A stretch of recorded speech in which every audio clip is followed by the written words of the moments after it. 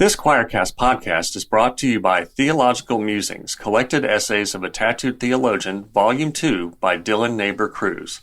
This collection explores contemporary social and political topics through a progressive, theological, and permaculture-infused lens. It also explores topics of theology and biblical studies so that lay people understand what theologians and biblical scholars do in the academic realm. From Choir Publishing, November 5th. Hey heathens, you're listening to the Deadly Faith Podcast where religion and crime collide. I'm Lola. And I'm Laci. And this shit is crazed, part 2.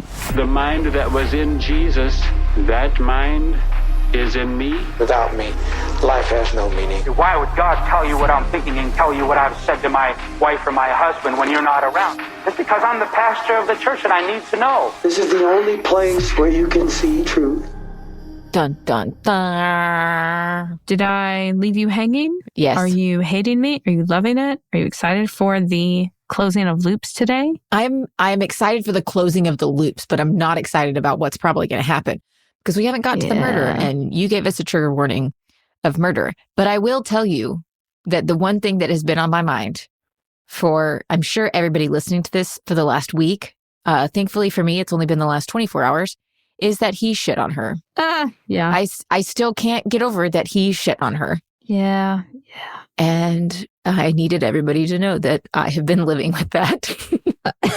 I was able to let it go a little easier. So was he on her.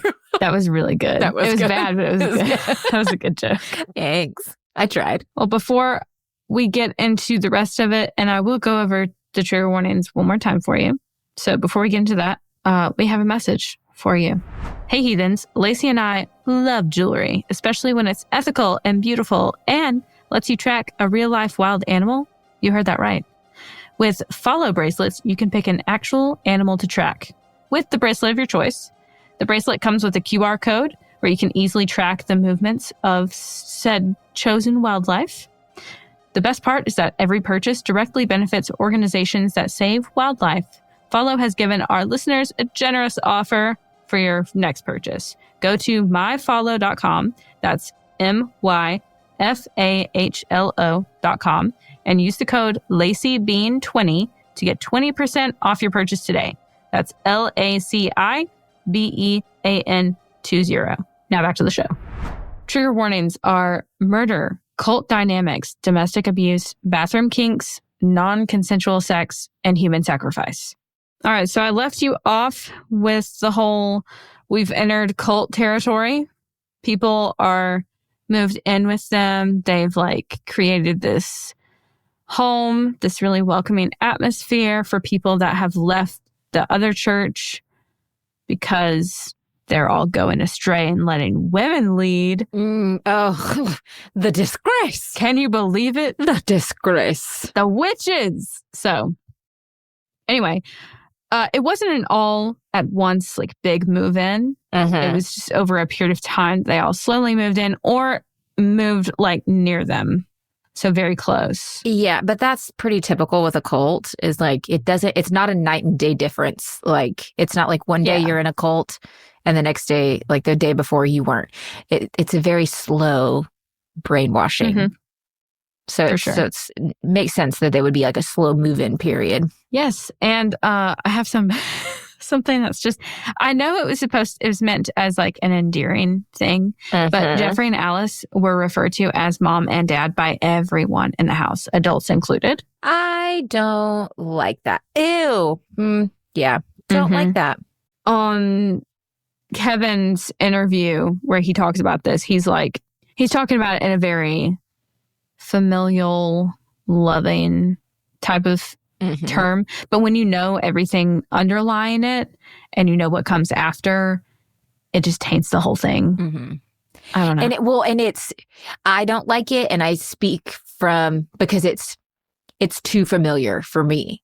It reminds me of when I was in a cult, the pastor and his wife were very much looked to as our parents or our as spiritual mom and dad parents of the church. Yeah. And I told them when I left, one of the things that made me realize something is not right here is anytime I would do something wrong, and I'm using quotations because I wasn't doing anything wrong, but to them it was something that was wrong. I was always worried more about what they thought than like God or Jesus. And I was like, that's kind of fucked up. Like, I'm putting you guys above God, and pretty sure there's a Bible verse against that, or a 10 Commandment. See, and if you are listening to this and you're like, I'm not in a cult, I go to church, but I'm not in a cult. Do you care what your pastor thinks of you? Do you like care about it maybe more than what God thinks of you? Mm-hmm. I feel like that's your first clue in. Yeah. That's not something. saying that everyone's in a cult. Not saying your church is a cult. I'm sure that there is. But there's some questions that you should ask yourself. Yeah. And if this is sounding too familiar, Czechoslovakia before you Czechoslovakia. You know what I'm saying? I'm so sorry. Anyway, so Jeffrey is now implementing rules for the house. Oh, yes. We knew rules were coming. Yes, we did. He discouraged the group when it came to communicating with friends and family. Oh, going so far God. as telling them, I know, the first peak of isolation. That is like red flag numero uno. That's like the biggest of red flags when it comes to cult practices. Excommunicate going so you. far as to even telling them that these people hate them now. Oh my God. Yeah. And like, since they've chosen this new life with him, they are against them. You know, people think you're evil now. They won't want anything to do with you. You couldn't make phone calls unless it was his idea. And if it was, the calls were monitored by him. Oh gosh. Poor people. If you went off and tried to do your own thing, and I mean, it could be like the simplest thing. You went to the grocery store, whatever. He just acted like it was the biggest betrayal. It was Oh my God. a breach of trust. Yeah, you would be humiliated and chastised for it. You had to ask permission for everything. No. So not only that, but now we're getting into like toxic group dynamics. People are trying to get in Jeffrey's favor. So they're telling on each other. They're tattletelling. We have adults tattletelling. Oh my God. We learned that's about nice. how not to do that in like pre-K, guys. Yeah. Well, and they're just doing it's for such little things, like things that literally don't matter, but that Jeffrey thinks matters. So he's also demanding that all the members hand him their full paychecks to tithe to his cause for the rebellion. Okay. I I don't like that. And because he believes that he's the voice of God on earth, here to restore the church and the scriptures, this is justified. Of course. They do it. Of course. They, at least majority of them do, I'll say. Mhm. Majority do. Because if he's the prophet, you know, it's like they're giving their money to God in a way. Mm-hmm. Yeah. In a very convoluted way, but in a way. It's weird that he needs money because in 87, he's actually fired from the temple for stealing. Oh, shit. It's We weird didn't see he that needs coming. his followers' money. We did not see that coming. How much did he steal? Do we know? Between between $17,000 and $21,000 was stolen. That's a good chunk. Where should it go? I don't feel bad for them at all because you know what? They knew that he was not a good person to put in this position, and yet they did it anyways. So They did it, yeah.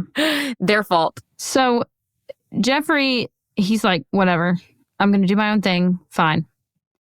And he buys a 5-bedroom home on 15 acres of land for his cult. How the fuck is this guy buying all these houses? I still don't understand the loan process here, but I really don't either. And that's the problem with my brain is I always need to go 5 steps deeper and I need to stop. But, you know, I'm curious. So at this point, he's got everybody with him still. So they've moved with him to this place. So they were with them at the apartment. Now they have moved to this place. So they have their official commune. They do. Yeah, yeah. And this is in Kirtland, Ohio. I just want to reiterate that we're in Kirtland, Ohio. Okay. Because I'm not sure if I said that this house was in Kirtland, Ohio. And after they move there and they get settled, he starts preaching to them for hours. So, you know, before it was like a classroom discussion type thing. It's moved to he's now just preaching at them for hours at a time.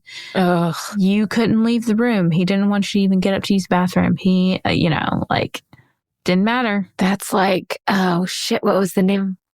What was the name of the church with, what's his name? And they beat him to death. Him and his... Oh my God. What is his... I'm going blank. We covered this case. I'm going to look it up.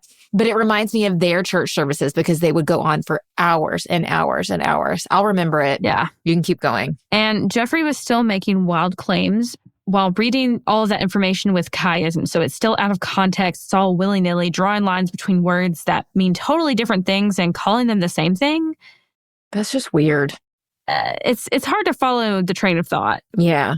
He also coins a new name for himself besides Dad, Prophet. Now he wants to be called the Destroyer. This sounds like a monster truck. Yeah, it does. Is this a monster truck name? Okay. I don't know. His sermons are becoming more and more along the lines of what he believes versus what God's word actually is, or what the Book of Mormon has to say. So, right.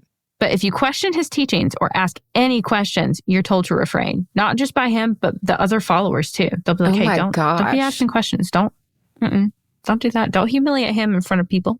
That's fucked up. And it got worse though, because they did have a couple of members that were like, they asked questions. It was just harmless questions though. It's natural. It wasn't a pushback on him necessarily. It wasn't challenging him outright or anything like that. It was just genuine curiosity. Or like, can you explain this a little more? Yes. Kind of questions. And of course, he probably couldn't. Of course. And that's why he pulled got it out of his fucking dirty poo-poo ass. Dirty poo-poo ass. Yes. Also, his name was Lucas Leonard, and it was the Word of Life Christian Church. Yes. Thank you. I know. It was bugging me. I couldn't remember, but yes. Yes. Okay. So it gets worse. Yeah, of course it gets worse. He started bringing his pistol in the room. And before beginning his sermons, he would lay it down in front of the audience, having the barrel pointed towards the crowd, which was just a silent reminder or like a silent gesture. Don't question me. What I say is the law. What I say is life and death. Oh my God, that is so fucked up. It's such a passive type of violence. Yeah. Is that it's the like right a way to put it? passive aggressive like act. It's not even like, you're not even using words. It's like a passive aggressive act. Like, I'm just going to set this here, but I'm also going to point it at you so you know, don't fuck with me. I mean, this is real power and control that he's in the smallest little gesture, just like that. So yeah. Not only that, there is now a punishment for questioning the prophet. You'll be sat in the middle of everyone while they verbally abuse you and accuse you for hours. You will be completely torn down by everyone, not just him, but all of your beloved, congregation, all of your new friends and family. They're all gonna hurl accusations at you and verbally cut you down. The psychological trauma that you would go through from each time doing that is extensive. That's insane. It makes you question yourself, Yeah. Jeffrey, he hates what the RLDS church has become. He's trying to get back to the old ways. He's trying to prove himself as a real prophet and come up with a plan for true atonement for the temple for his own people. Do you remember when I first told you about Mormon backstory, the blood atonement theory? Yes. And how there was no for sure documented acts of blood atonement? Right. Sorry to say. Jeffrey. He's planning a mass murder for what the fuck? The atonement of the temple. Because the temple is now run by elders that believe that women should be able to lead. They're going in a direction that he believes is not God's will. So he's going to cleanse. Blood atone for their sins. Yeah. So he wants to kill. Oh, God. He wants to kill everyone that lives around the temple by beheading them and taking over the Kirtland Temple. Specifically, this should all happen on May 1st so that it would be ready for Christ's return on May 3rd. I don't know how he got these dates. I'm sorry. Yeah. What the fuck? Where did you pull up May 3rd? Also, beheading? Yeah. That is extreme. I'm not sure why it needs to be this way, but he'll just go out in this field and he'll meditate and be like, abracadabra, and decide that there's a new rule in place that God has bestowed upon him. I don't know what he's smoking, but we need that on a shirt.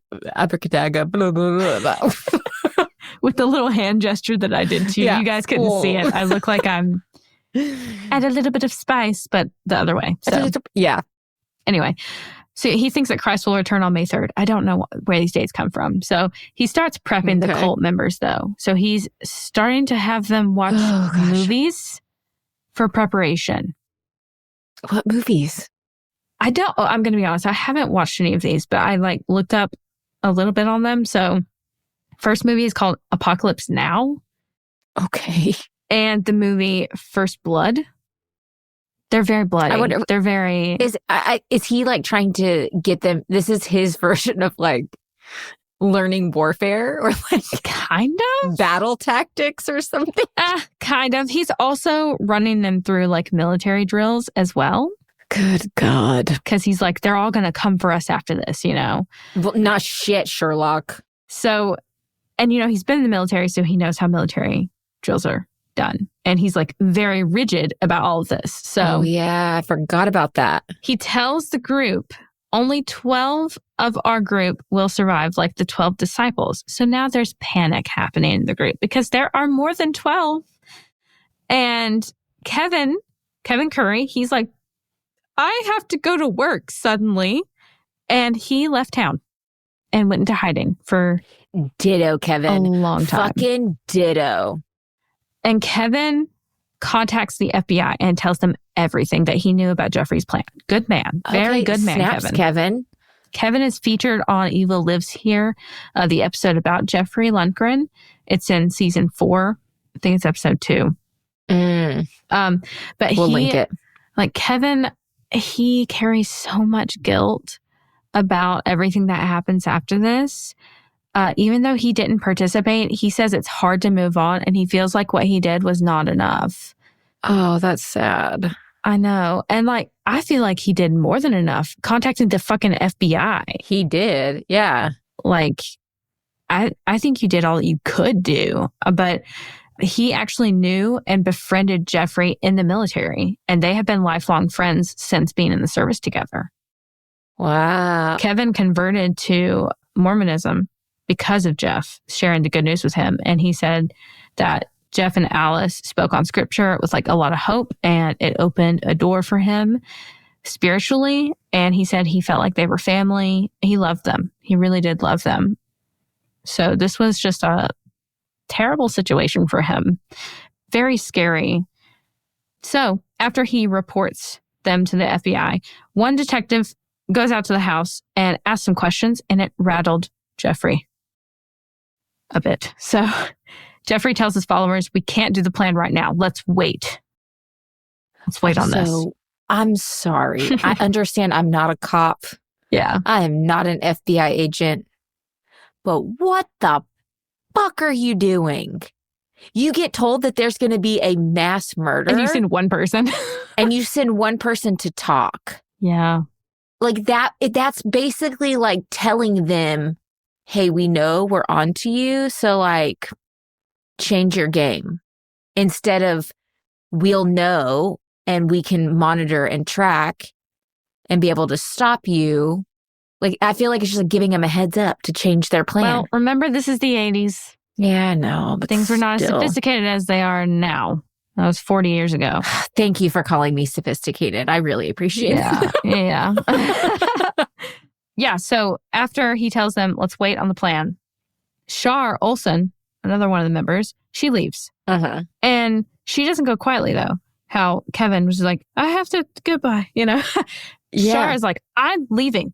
Announces it to everyone proudly. She's goodbye. What are you doing? You won't see me again. And she contacts the FBI. Oh, yeah. I mean, they couldn't do anything. She's goodbye. So, well, I don't know. Maybe it was the gumption. I'm not sure. But he didn't seem to I didn't hear anything on Jeffrey being fighting her specifically on this. So okay. Well, that's good because you were she said, you'll never see me again. And I'm yeah, because they gonna bury you. That's what I thought. So she contacts the FBI too and tells them everything she knows, which is great. Yeah. Good job. Thank you, Shar. Snaps for her too. Yeah. Jeffrey is starting to lose control, though. He feels it. He's got 2 people gone. He's scrambling to show that he still has power as a prophet and leader. So he focuses on the outcasts of the outcasts. So the outcasts of their group happen to be the Avery family. Oh, no. Yeah. So Dennis and Cheryl Avery, they have 3 daughters, and they lived in their own home that was nearby their house. They had followed Jeffrey and Alice from Independence, Missouri to Kirtland, Ohio. They didn't attend service as frequently as the other members because they had their own life. They were very involved with like their kids' activities and stuff. He worked outside of the house. Cheryl was a take charge woman. She was very much in charge of all of their schedules and everything they did as a family. And because of this, Jeffrey tells the other cult members that they are being led away by Satan. They are evil people. He specifically is like, she should not be leading their house. He is a weak man. He lets a woman lead over him. They are insubordinate. They are uncontrollable, and they question leadership. They're not as dedicated as the rest of us. We just can't have that. Can't have it. Oh my gosh. He talks about this several times. This is not like a one time he brings it up. Over and over, consistently. Anytime that the Averys are not there, he's talking about it. He's getting everybody on board with like, they're just not as good as us. They're not dedicated. They are being led astray by Satan. I don't like where this is going. But no worries. Jeffrey assures them that this is actually a blessing to be thankful for. That God has provided them a lamb for the slaughter. No. So, let me explain. He has pivoted from the blood atonement being the temple and the like neighboring people for the temple, instead to this one family of 5. Because if your eye offends you, you pluck it out. That's what he says. Yeah, they aren't your eye. That's what I'm saying. They aren't your eye. Pluck out your own goddamn eye, Jeffrey. That's not what Jesus was meaning, Jeffrey. Bring you the spoon, and you can just scoop it on out. I just want to add to this. I understand, like, cherry picking has its uses. Jesus cherry picked. He said, so you've heard it said, but I say, He did that all the time, which was great. But it was more so whatever you could do for your own self, how you could better yourself versus trying to fix somebody else. You point out the splinter, there's a log in your eye, bud, kind of thing. So, just want to say, cherry picking is not inherently bad, but in this form, this is not right. So, in 1989, they have gathered a lot of weapons and ammo. They are really good with these military drills. They are in full preparation mode for sacrifice and for the impending war that will come as a result of this blood atonement sacrifice. Oh my God. This is the worst. It is. This is the fucking worst. So I don't like him at all. In the background, the FBI is still involved, but they can't get enough evidence from the informants, Shar and Kevin, to justify the warrant. So Kevin and Shar, even though they left the cult, they're still in contact with some people in the cult. So they're hearing bits and pieces of like what's happening behind closed doors. So they're... I'm sorry. Shouldn't this have been one person telling this story was enough to get a fucking warrant? And now you have 2 people, so like you have the same shit coming at you from 2 people corroborating evidence, even though it's circumstantial, at least a fucking goddamn warrant? See, I'm with you. So confused. I think if multiple people are bringing something forward, it should justify a warrant, but whatever. Yes. But they still assemble a task force, and they do swarm the property on April 18th of 89, just to scare them. They can't actually go inside. They don't have warrants still, but they want to give them a good shakeup. into giving up whatever the plan was, because they are still under the assumption that this is for the temple. They do not know about the plan for the Averys. Oh. They do not know that there is a plan for the Averys.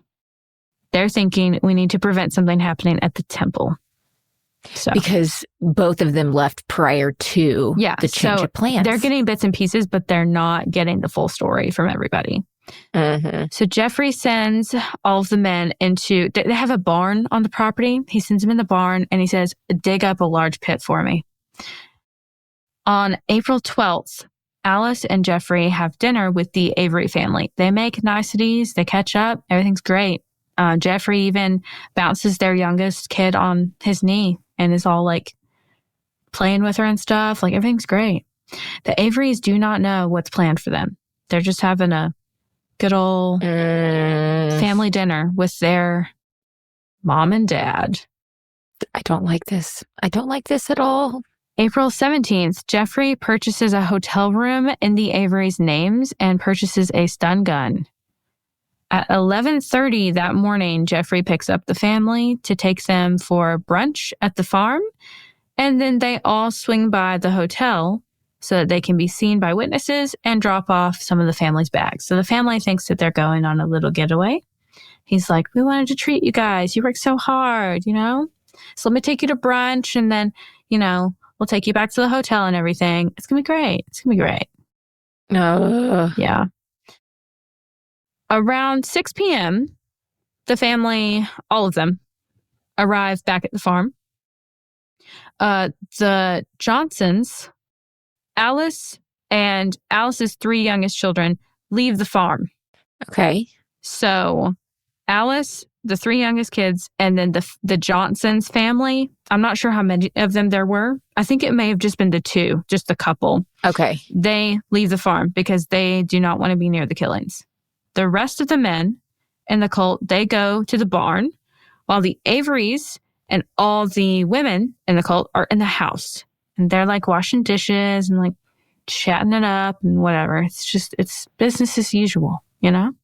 Oh, no. So Ron Love, one of the cult members, he is out in the barn and he comes back to the house and he's like, hey, Dennis, can you come help me in the barn? I need something. I need you to help me with something. And he's like, heck yeah, bud. So he goes out there with him. He walks into the barn and they tried to use a stun gun on him, on Dennis, but failed. So they tackle him. They bound his limbs and gagged him and threw him in the pit. And he was shot to death. Oh. As he's being shot, or before he's shot, one of the members revs a chainsaw to mask the gunshot. So you don't hear what's happening. Oh my gosh. I was just going to ask, like, how did they not hear? How did they not hear they it? Had a it was fully premeditated. The same thing. Oh, this is so fucked up. So they decided to do the same thing to Cheryl, the wife. So Ron comes out. He's like, hey, your husband needs you out here. Can you come help us with this? And she's like, heck yeah, baby. She goes out there. Same thing. They try to use the stun gun on her. It does not work. They're not good with the stun gun, I guess. They're not. Or it's just an ineffective. I'm not sure exactly. It's probably user error. Probably. I'm just going to go with user error. Either way, they do the same thing. They bind her up, gag her, throw her in the pit, shoot her. God. Trina, who is 15 and the oldest Avery child, was led to the barn. She was told that they would play a game. Hear no evil, see no evil, speak no evil. They tape and bind her in that order. And then they shoot her in the back. So she thinks she's playing a game. They think that, she thinks it's a game. So, hear no evil. Tape around the ears. See no evil. Tape around the eyes. Tape around the eyes. Speak no evil. Tape around the mouth. Becky, 13, and Karen, 6, were both led to the barn in the hopes of seeing horses. So Ron Love comes out and he's like, hey, we have horses out here. Your mom and dad and sister are out here. Y'all need to come out and see the horses. Becky went in first.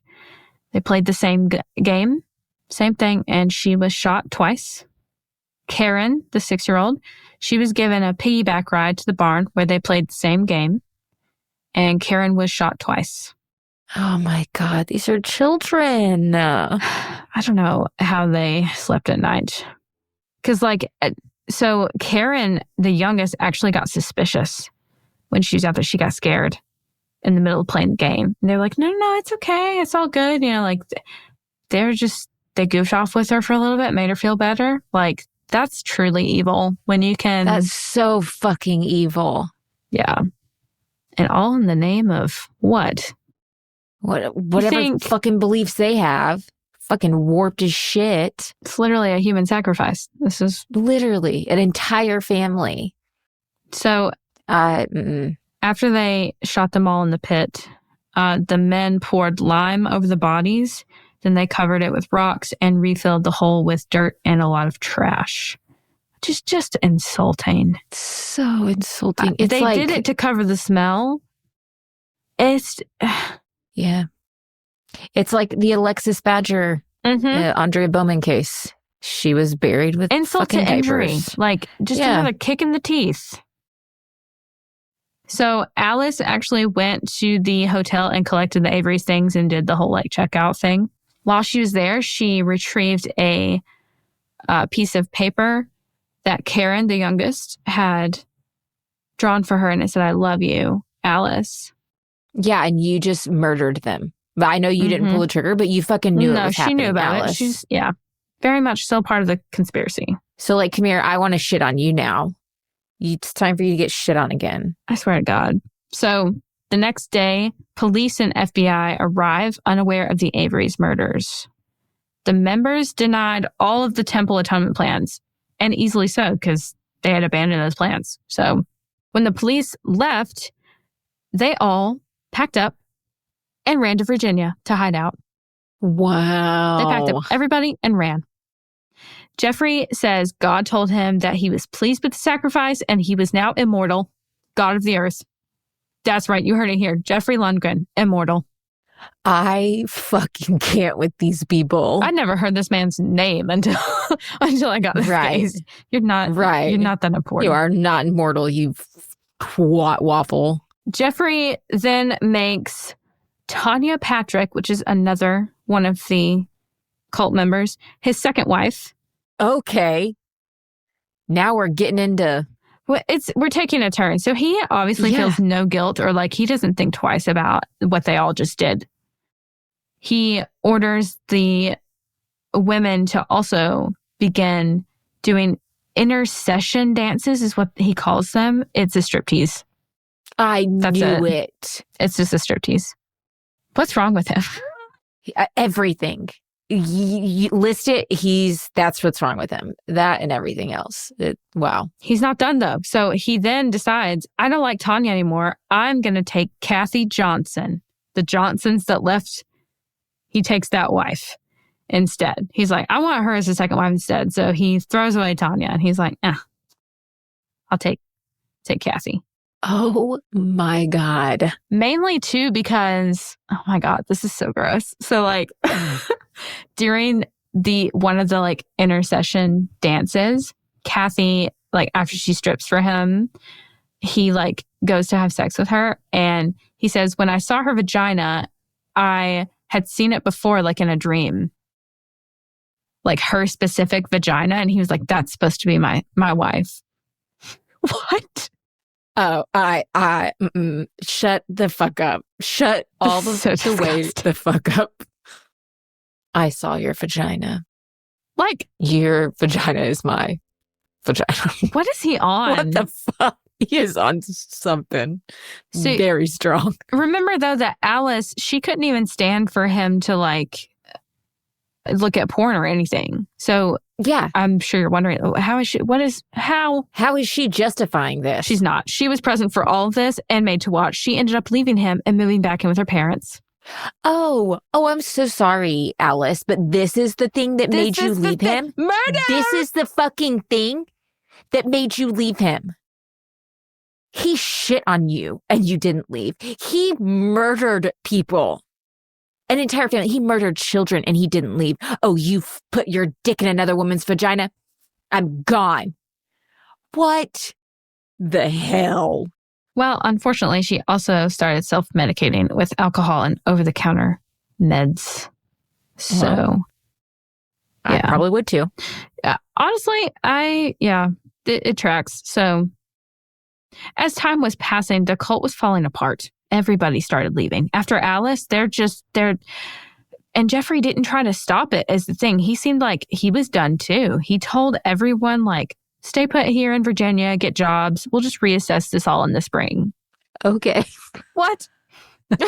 Like, meeting adjourned, guys. Good job. Good job. Our cult's taking a vacay. Pretty much. They were all on sabbatical. So Jeffrey takes his family to California. So that means Kathy Johnson and then kids. Where's Kathy's husband? I don't know. What's going on here, guys? So he takes all of that family to California for the winter. The former cult members, though, the ones that he left in Virginia, they are heavy laden with guilt. They now are seeing through the lies. The further you distance yourself from the abuser, the more clearly you see. And they see that they were wrong. And the fact that they aren't holy, they are murderers. So they turn themselves in on December 31st, 1989. Collectively, everybody turns themselves in, except Jeffrey. Wow. That was the year before I was born. They also provided a map where the Avery's bodies were and dug up all of the bodies. Well, they didn't. The police dug up all of the bodies January 3rd, 1990. And based on dental records, they were all confirmed as the Avery's. So, and they were able to get all of the pieces. So that was good. This was not that long ago. It wasn't. I'm only 34, and they discovered their bodies the year I was born. So this is less than 30. This is almost 35 years old. Oh, God. Isn't that wild to think about? That's not even a lifetime ago. No. Well, 13 warrants end up going out for the cult members involved.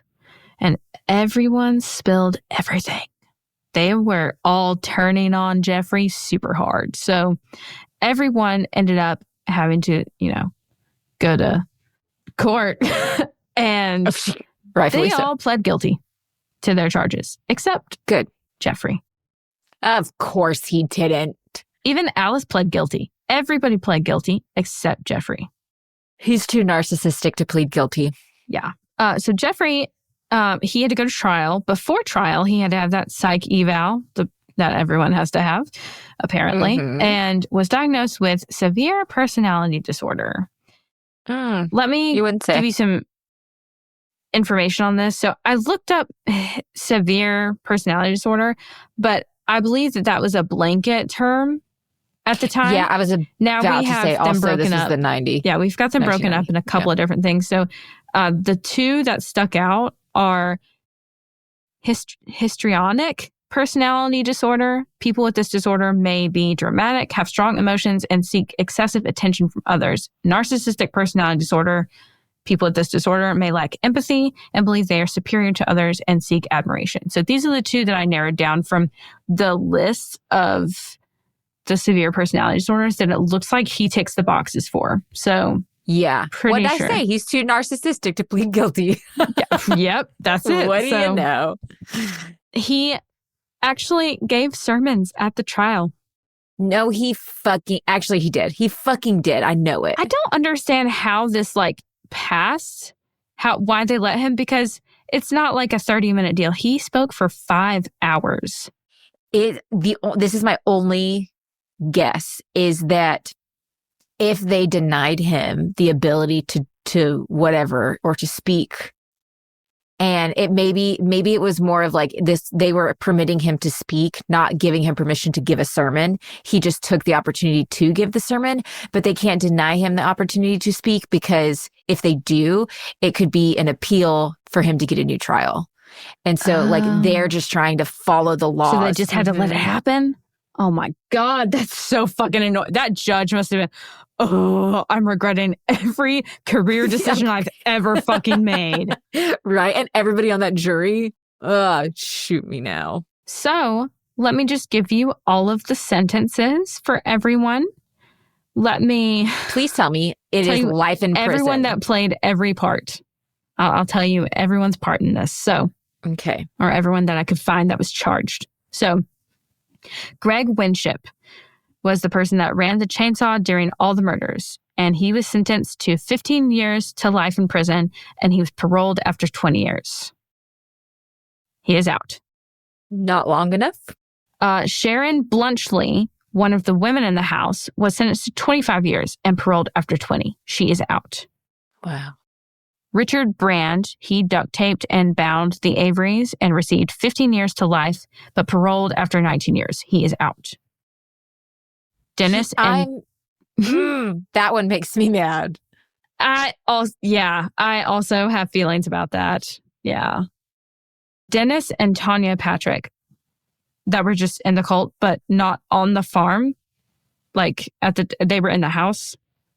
They were acquitted. Dennis and Tanya Patrick were in the cult, but not on the farm. They didn't live at the farm. Oh, okay. Remember the Johnsons and Alice left? They didn't. The Patricks didn't have to leave because they didn't live there. They didn't live there. Okay. Yeah, they were acquitted. Okay. Debbie Elivares, which I believe is also the cousin of Jeffrey. Oh. Wow. She was another woman in the house, sentenced to 25 years and served 21. She is out. Okay, I'm sorry. What the fuck did she do to get 21 years? When the other guy bound the fucking people and he got 19, or he only spent 19 years. He only served 19. This is where I'm like, this is so fucked up. Like, I'm not saying that she deserves less. What I'm saying is he deserves more. More. This is fucking I agree with you. stupid. I am also kind of confused about how all of the sentencing years are decided. If any of you guys are curiosity consultants, if you guys could weigh in, right, the nerd side of the internet, please tell me. I could be wrong, and we should probably Google this and learn more about it since we are a true crime podcast. But I think what it is like there are certain charges, so depending on what they are charged with, based off the laws that are in place at the time. So it depends on like how many years that person can get, and they can be sentenced. Like these people have been sentenced for like 15 years to life. Like you have to serve 15. You can't get less than that unless you get like a deal or something like that. But then you can go up to life depending on if you're granted parole based off of good behavior and XYZ. And then also I think a lot of places you have to go off of the laws that are in place at the time the crime is committed. So like if you commit a murder in 1970, but you're not charged until 2020, you have to go off the laws that were in place in 1970. And a lot of times it's shorter sentences than what is established nowadays for like that's wild. Those kinds of crimes. Yeah. All right. Well, Susan Love, which was Ron Love's wife, the guy that was escorting them back and forth from the barn and house. Susan Love, she was another woman in the house, sentenced to 25, paroled on 20 years, and she's out. Kathy Johnson, the second wife, for real second wife, she spent only 1 year in prison for obstruction of justice. That's fucking dumb. I don't get that. Daniel Kraft was the one lowering the Averys into the pit. He was sentenced to 50 years and paroled this year. What? Yeah. That's crazy. At least he got 50. Like, welcome home, Daniel Kraft. Right? It's going to be a really horrible life. Oh, yeah, it is. The life, today's world outside prison versus when he went in. Oh, culture shock, my friend. So the last couple of ones I'm going to go into are the ones that are the heaviest sentences with the, I don't want to say the worst crimes because all of these are horrible, but whatever. Yeah. Real quick, before you go into these, I just want to make I noticed this as you're going through the cases or the whatever it's called, the sentences. The girls in the case got harsher sentences than the men. Yes. And I'm like, I don't know. You guys were out there in the barn present for the murders. The women were inside. They're all fucking guilty as shit. For sure. Yeah. But there shouldn't be a discrepancy on... And if there is, it should be more for the people that were actually in the fucking barn committing the murders. I'd like to make you a judge, Laci. I would. I like your line of thinking. That would be interesting to be a judge. All right. So Alice Lundgren was sentenced to 150 years in prison, no possibility of parole. Damon, their oldest child, the oldest Lundgren child, assisted with the binding and duct taping, was sentenced to 100 years, no possibility of parole. Whoa. Ron Love, he's the one that lured the victims to the barn, was sentenced to 170 years.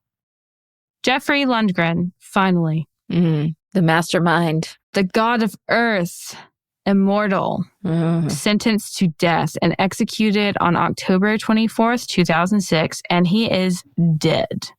Am I clapping for that? Abso-fucking-lutely I am. Wow, 16 years. He spent 16 years on death row before he died. Yeah. I wonder what prison was like for him. I hope it was awful. I'm sure it was. I bet he tried to preach at people. I was about to say I hope he got pegged, but I think he'd like that, so. Oh, God. Well, that is it. That is part 2. Wow. That concludes the case. Rest in peace to the Avery family. Yes. So sorry that all of you guys got wrapped up in the wrong thing, you know? And it wasn't your fault what happened to you. That was a wild case. Honestly, I think if the FBI had more informants, or if those informants maybe had like gone back, I'm not saying that would have been the best option, but if they had been more in the know, maybe it could have been prevented. But I don't understand why the cop went to the property in the first place after getting such a heavy accusation. And I don't understand how they didn't get a search warrant after 2 corroborating people came forward. Shouldn't that be enough? I'm sure. I guess I'm wrong, but curiosity consultants, let us know, because I'm confused. I just feel like that should justify a warrant. This is why I'm saying Laci for judge. Do you vote judges? No, you don't. How do you become a judge? You don't. We vote for judges. Are you ready for palate cleansers? I am. Because I am. Okay, my palate cleanser, because this is coming out around Christmas time, I am going to make fun of Lola for a second. Oh my God. Because Lola comes in, we're getting ready to record this one. She comes in with a new sweater, and I'm like, this is such a cute sweater. And it says Griswold. Does it say Griswold Farm or Griswold and Co? And I could tell that it was like Christmas trees underneath it. So I start laughing. I'm like, oh my gosh, I love your sweater. And she's like, yeah, I got it. It's cute. I have no idea what it means. And I'm like, are you fucking kidding me? You don't know what this means? I said, stand up. And so I'm looking at her sweater. It says Griswold and Co. And it's got Christmas trees on it. And then at the very bottom, it says it's a beaut. Or what does it say at the bottom? A real beaut guaranteed. A real beaut guaranteed. And I'm like, oh my gosh. I was like, Lola, have you never seen National Lampoon's Christmas Vacation? She was like, what? I was like, girl. She introduces me to music. I am the music virgin that she introduces good stuff to me. And I pop that cherry. No, sorry. And I introduce her to all of the good movies and shows, minus Bob's Burgers. She mostly introduces me to a lot of crying, emotional films that like heal my inner child. And I fucking hate it, but I love it too. Oh, yeah. I made her watch Inside Out. I cried. And she cried. And then we watched. And then I cried again at her house. What did we watch? Home? Oh, we watched Home. Home. That was a good one. Yeah. So now. Can I come into the out now? I know what that means. Yep. And so I've told her, you have to watch National Lampoon's Christmas Vacation. Christmas Vacation. I know. And I'm like saying all of the lines and she doesn't get it. And I'm like, well, shitter's full. And she's like, I don't know. I say, okay, that's get a plunger. Are you okay? What'd you eat? You have to watch it. It's I will so watch chaotic, it just for you. But so good. Oh my gosh. It's like stupid chaotic. It's pretty hilarious. I like those kind of things. Yeah. Okay. All right. What's yours? Let's hear from the Good News Network. Dun, dun. Girl submits drawing to upgrade playground for little kids, and the city took her advice. Hell yeah. A young Utah resident has had her classroom civics lessons suddenly explode into life after some crayon drawings she made of a better playground became reality. Did I say that right? I may have emphasized the wrong words, whatever. Her mom brought her to City Hall along with her drawing, and being that a new playground was already budgeted for, they followed the 11-year-old Rosalie Olsen's lead. Olsen, now 12, had made the drawings to sketch out what she thought would be the best playground for her and her younger sisters to play on. After seeing all the effort she put into all of those drawings, knowing we'd already ordered the playground for the park right by her house, so the next best thing is to have her involved. We checked all her boxes, got the colors right, and it was a collaborative process, and the ribbon cutting ceremony happened September 24th of this year. Oh, it just happened. It's really cute. Oh my gosh. You guys go visit the website, the Good News Network. It's very cute. She wanted like an upside down slide thing. Anyway. That's cute. I'll have to look at it because that's awesome. I love that's. And her drawings are also depicted on there too. Oh, I love it. That's pretty freaking cool. That's so sweet. So cute. I love good news.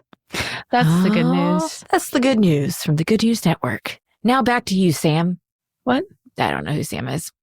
Okay. I was like, are we adding to the team? I wasn't informed. Did you see me? I did not. I left you out of this one completely. Well, that's all. And now I'm ready to go eat some Nummy soup. food.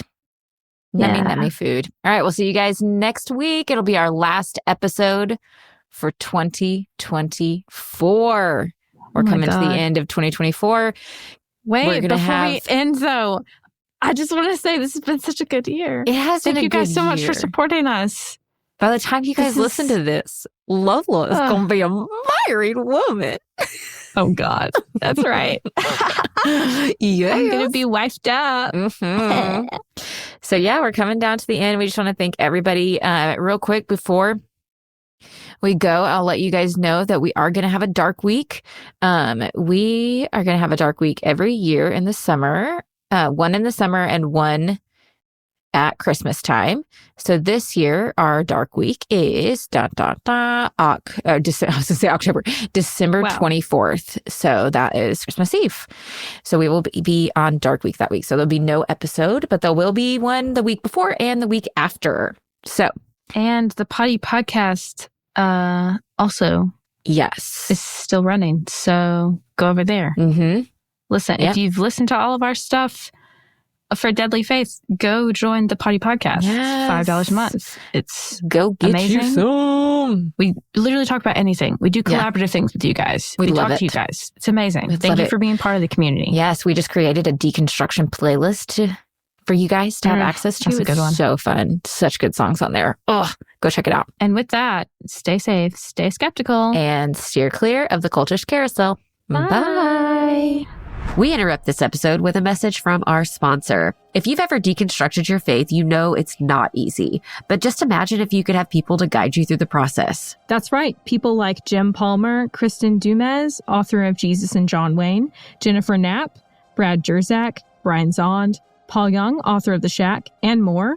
Well, if you head over to choiracademy.com and register for Square 2 using the promo code LOLA, you'll get 10% off the regular registration cost of this awesome course and community just for being a fan of our show. All links can be found in the show notes. Again, that's code LOLA, LOLA, for 10% off the Square 2 course. Also, heathens, if you're enjoying the show so far, please like, subscribe, do all of the things because I love you and you love me. And we're just one big, happy family. And if you know where that came from, we're all cringing in unison. Deadly Faith is brought to you by Choircast Network. It is produced by Laci Bean and Lola Robbins and audio engineered by Eric Howell. Thanks for listening.